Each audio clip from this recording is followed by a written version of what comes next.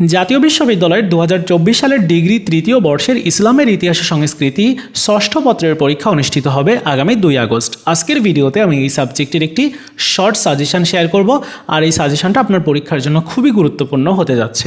আপনারা দেখতে পাচ্ছেন এই সাজেশনটা ডাউনলোড করার লিঙ্ক এই ভিডিওর প্রথম পিন কমেন্টসে দিয়ে রেখেছি। ক বিভাগে প্রশ্ন রয়েছে 25টা এবং খ বিভাগে প্রশ্ন 12টা, গ বিভাগে প্রশ্ন 11টা। এই প্রত্যেকটা প্রশ্ন কমপ্লিট করার চেষ্টা করবেন।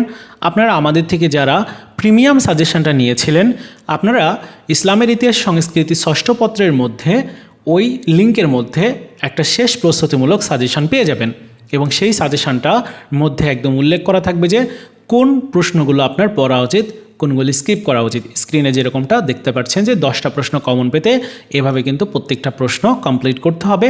আর খ বিভাগ এবং গ বিভাগেও কিন্তু সেভাবেই দেখানো হয়েছে, আপনারা লিঙ্কে গেলেই পেয়ে যাবেন।